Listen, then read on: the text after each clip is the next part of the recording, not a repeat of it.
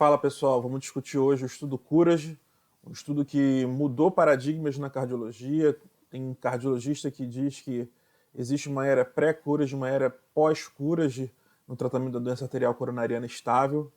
Foi um estudo que foi publicado no New England Journal of Medicine em 2007. Então vamos discutir esse estudo que foi liderado pelo professor William Boden. Então vamos lá. Inicialmente, no tratamento da doença arterial coronariana, na síndrome coronariana aguda, já sabíamos que a angioplastia era capaz de reduzir tanto morte como o risco de infarto agudo do miocárdio. Só que nos pacientes com doença arterial estável, esse benefício seria incerto. Então, dessa forma, criou-se esse trial para tentar responder essa pergunta, com a seguinte hipótese inicial. Será que a angioplastia mais o tratamento clínico ela é superior ao tratamento clínico isolado em pacientes com DAC estável? Então, dessa forma, esse estudo foi desenhado, é um estudo randomizado. O estudo não é cego, porque você não tem como cegar o paciente que não vai fazer angioplastia. O paciente que fez angioplastia, ele sabe que ele fez angioplastia.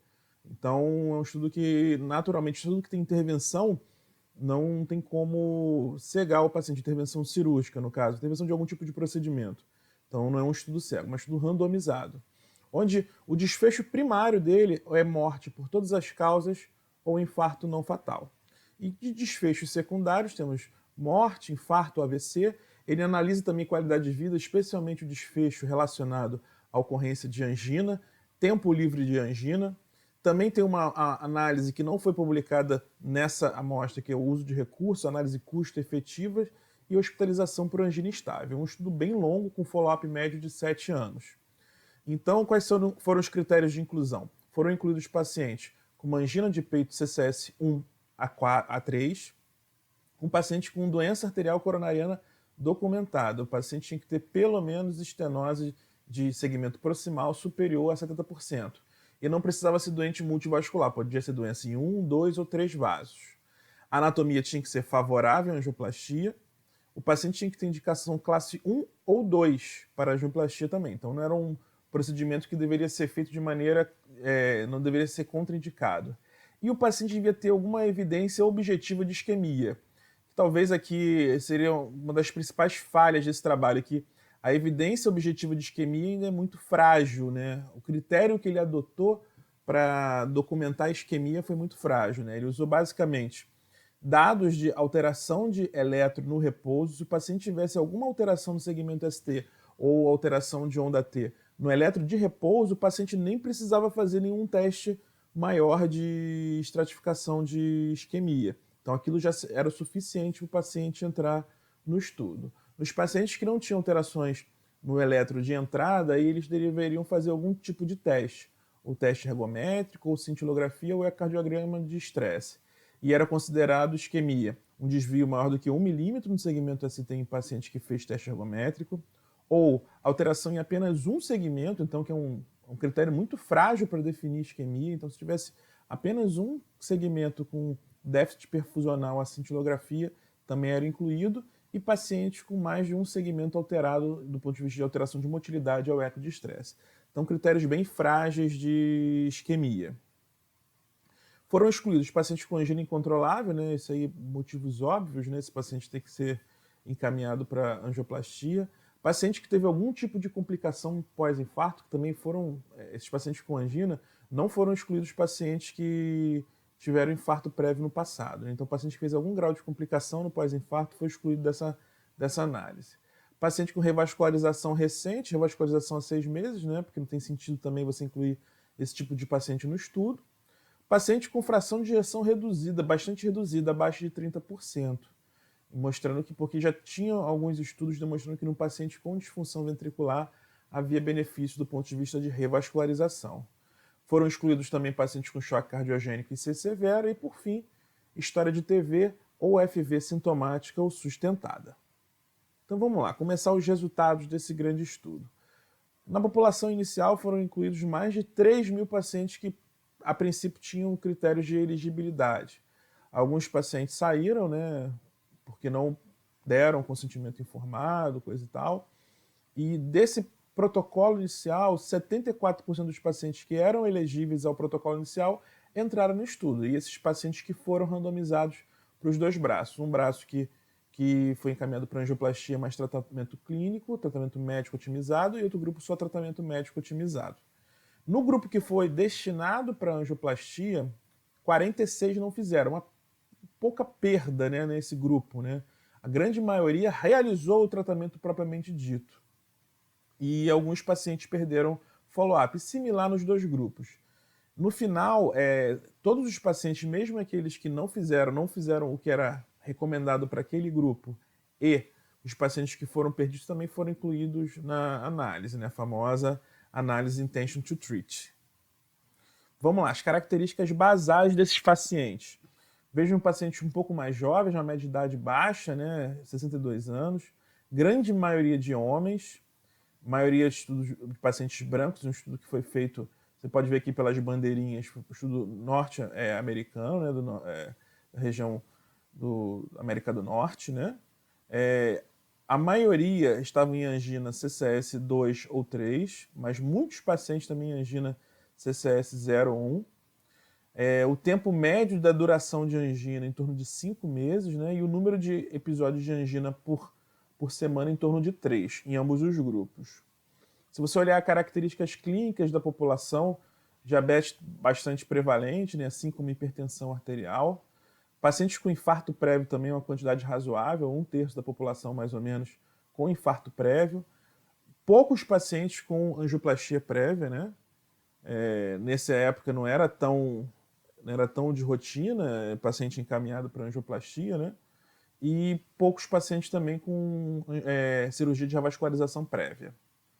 Vamos lá, agora esse aqui começa a ficar interessante. Aqui justamente os dados a respeito do teste clínico, né? Qual foi o exame que o paciente realizou. Os pacientes que fizeram algum teste de estresse, em torno de 85 pacientes, 85% dos pacientes. Então, grande maioria dos pacientes foram submetidos a algum teste de estresse, né?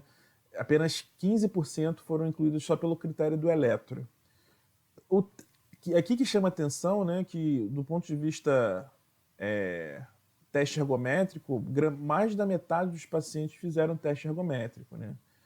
E outros pacientes fizeram algum teste do tipo farmacológico, os outros pacientes. Do ponto de vista de imagem nuclear, em torno de 70% desses pacientes. O paciente que teve um único defeito reversível, que era o critério de inclusão, né? 22% aqui e 23% aqui. Então, mais ou menos 1/5 da população, quase 1/4 da população, só tinha apenas um segmento alterado, né? Pouca coisa, né? E aqui, se você for olhar a extensão da doença em ambos os grupos, dá mais ou menos certinho, né? 1/3 para cada, 1/3 univascular, 1/3 bivascular, 1/3 trivascular. Doença no enxerto também foi bastante prevalente e doença em DA proximal também foi prevalente. Nesse caso aqui foi o único que deu diferença estatística. No grupo de tratamento médico otimizado tinha uma prevalência um pouco maior de doença proximal. E repare que a fração de ejeção é similar em ambos os grupos, uma fração de ejeção elevada. Então, mostrando que grande parte dos pacientes são pacientes com fração de ejeção preservada. Isso aqui também é bem legal, que justamente mostrando qual foi o desfecho do ponto de vista de tratamento médico, né? E tudo isso foi...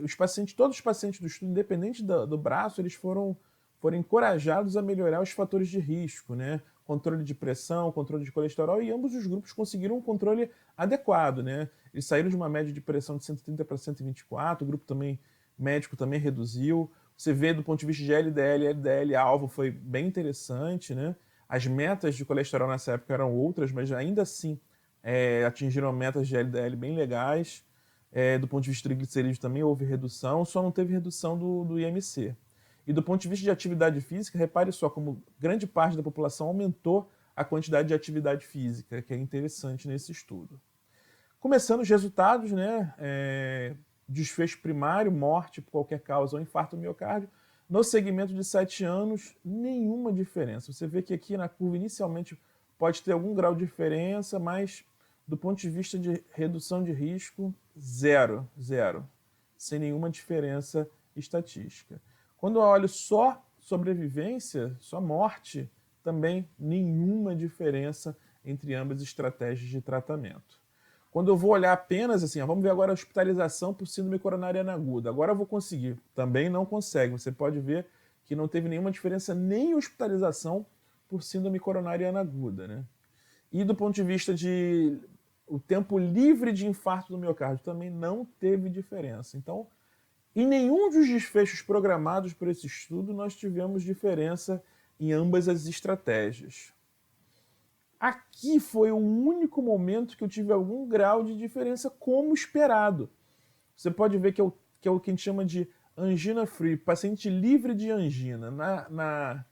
Na admissão, poucos pacientes eram livres de angina. Então, como todos foram submetidos ao tratamento médico otimizado, no primeiro ano, mais da metade dos pacientes estavam livres de angina. Essa diferença aqui foi estatística, foi superior no grupo angioplastia.